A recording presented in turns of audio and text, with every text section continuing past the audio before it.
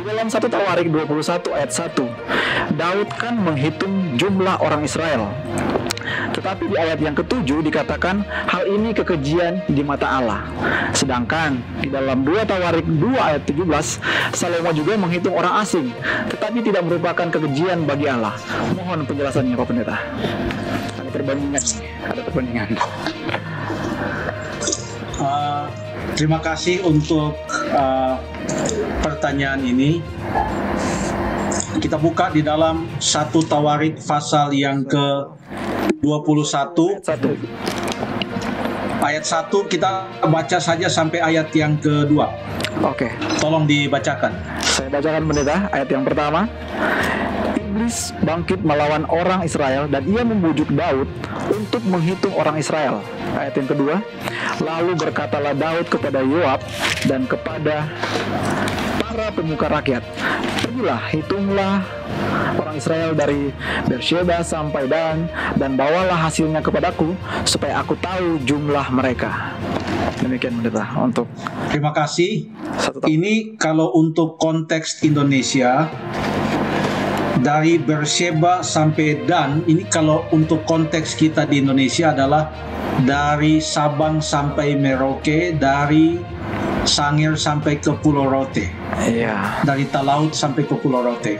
Karena ini adalah merupakan kedua ujung yang paling jauh untuk wilayah orang Israel. Dari Dan sampai Beersheba atau dari Beersheba sampai kepada Dan. Ya. Siapa yang disuruh untuk dihitung? Semua rakyat. Ya. Untuk apa tujuan dari perhitungan itu? Ayat yang kelima, lalu Yoab memberitahukan kepada Daud hasil pendaftaran rakyat di antara seluruh orang Israel. Ini kita perhatikan hasilnya, karena kita akan mau bandingkan dengan 2 Tawarik 2 tentang Salomo. Itu pertanyaan Pak Johan Tirta tadi. Ayat yang kelima, di antara seluruh orang Israel ada 1.100.000 orang yang dapat memegang pedang, dan orang Yehuda ada 470.000 orang yang dapat memegang pedang. Kenapa di sini yang dihitung adalah yang dapat memegang pedang? Ini bukan menghitung siapa yang bisa menyanyi, ya, siapa yang bisa main musik, ya, siapa yang bisa membangun rumah, tapi yang dihitung adalah siapa yang bisa pegang pedang. Tujuannya untuk apa? Untuk berperang. Tujuannya adalah untuk berperang. Jadi yang dihitung sebenarnya adalah jumlah tentara. Daud menyuruh hitung, padahal Yoab sudah merasakan, dia feeling. Ayat yang ketiga, lalu berkatalah Yoab, kiranya Tuhan menambahi rakyatnya 100 kali lipat daripada yang ada sekarang. Ya Tuanku Raja, bukankah mereka sekalian hamba Tuanku? Mengapa Tuanku menuntut hal ini? Mengapa orang Israel harus menanggung kesalahan oleh karena hal itu? Ini artinya Daud mau memastikan berapa kekuatannya, berapa kekuatan dan kekuasaannya, seberapa hebat bangsa Israel di bawah kerajaannya atau di bawah pemerintahannya, berapa hebat mereka, berapa banyak tentara dan lain sebagainya. Perhatikan ini di pasal yang ke-21. Coba kita mundur 1 halaman saja di Alkitab kita ke pasal yang ke-18. Pasal yang ke-18, judulnya di sana adalah Kemenangan Daud. Itu ada daftar semua raja dan bangsa yang dikalahkan Daud.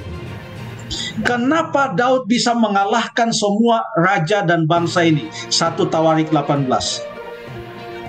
Kunci atau rahasianya ada di dalam ayat yang ke-6, bahagian terakhir ayat yang ke-6. Tuhan memberikan kemenangan kepada Daud kemanapun ia pergi berperang. Apa kunci kemenangan Daud? Bukan karena kekuatannya, bukan karena pedang dari 1 juta lebih tentaranya, tetapi Tuhanlah yang memberikan kepadanya kemenangan. pasal yang ke-19, Daud berperang melawan Bani Amon, melawan orang Aram. Lalu kemudian pasal yang ke-20, perang melawan Bani Amon berakhir. Lalu kemudian pasal yang ke-20 ayat yang ke-4, peperangan melawan orang Filistin. Kemenangan-kemenangan yang didapatkannya adalah karena Tuhan yang memberikan kemenangan. Setelah kenyataan ini, lalu Daud katakan kepada Yoab, "Yoab, tolong kamu hitung berapa tentara kita, mulai dari Berseba sampai kepada Dan." Ini adalah penyangkalan kuasa Tuhan, bahwa selama ini Tuhanlah yang telah memberikan kemenangan.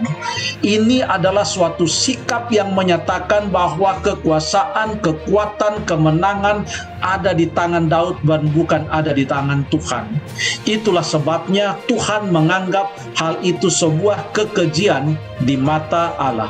Kita bandingkan sekarang dengan Salomo menghitung orang. Sebelum kita ke Salomo, coba kita jumlahkan secara kasar saja jumlah tentara yang dihitung oleh Daud. Pasal 21 tadi, 1 Tawarik ayat yang ke-5, orang Israel 1.100.000 orang, lalu kemudian orang Yehuda 470, jadi kurang lebih 1,5 juta. 1,5 juta ya, ingat 1,5 juta. Sekarang kita pergi ke 2 Tawarik pasal yang kedua ayat yang ke-12. 2 Tawarik pasal yang kedua ayat yang ke-17 ya. Ayat ke-17 Pendeta. Tolong dibacakan. Ayat ke-17. Lalu Ya. Salomo menghitung semua orang asing yang laki-laki yang ada di negeri Israel, sama seperti yang pernah dilakukan Daud ayahnya. Maka terdapatlah 153.600 orang. Terima kasih. Berapa totalnya?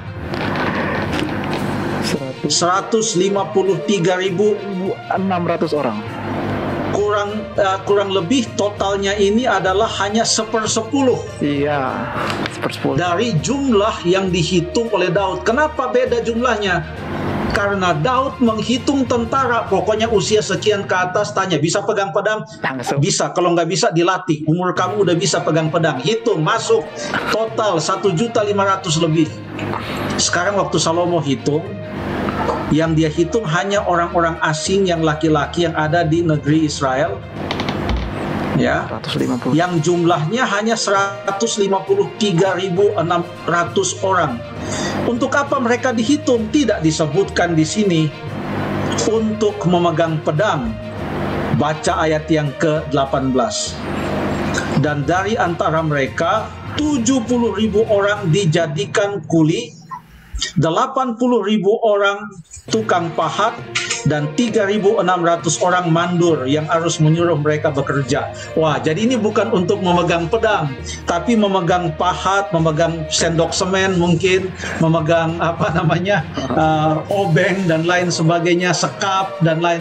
Untuk apa? Karena di dalam pasal yang kedua konteksnya adalah persiapan mendirikan bait suci. Siapa yang menyuruh mendirikan bait suci? Tuhan Allah yang menyuruh mendirikan bait suci. Daud tadinya yang mau mendirikan bait suci, tapi Tuhan katakan jangan kamulah, biar anak kamu saja. Makanya Tuhan memberkati Salomo, lalu dia bertekad mendirikan bait suci. Tuhan merestui semuanya ini. Lalu kemudian Salomo menghitung semua orang asing yang ada di sana untuk dipekerjakan sebagai kuli. Maksudnya di sini bukan kerja paksa, tapi kuli artinya yang serabutan lah, yang bukan tenaga ahli ya, mungkin angkat-angkat batu dan lain sebagainya. Tapi ada 80.000 orang tukang pahat. Lalu kemudian 3.600 adalah mandur. Jadi sudah diatur, ini akan bekerja untuk membangun bait suci itu, ya.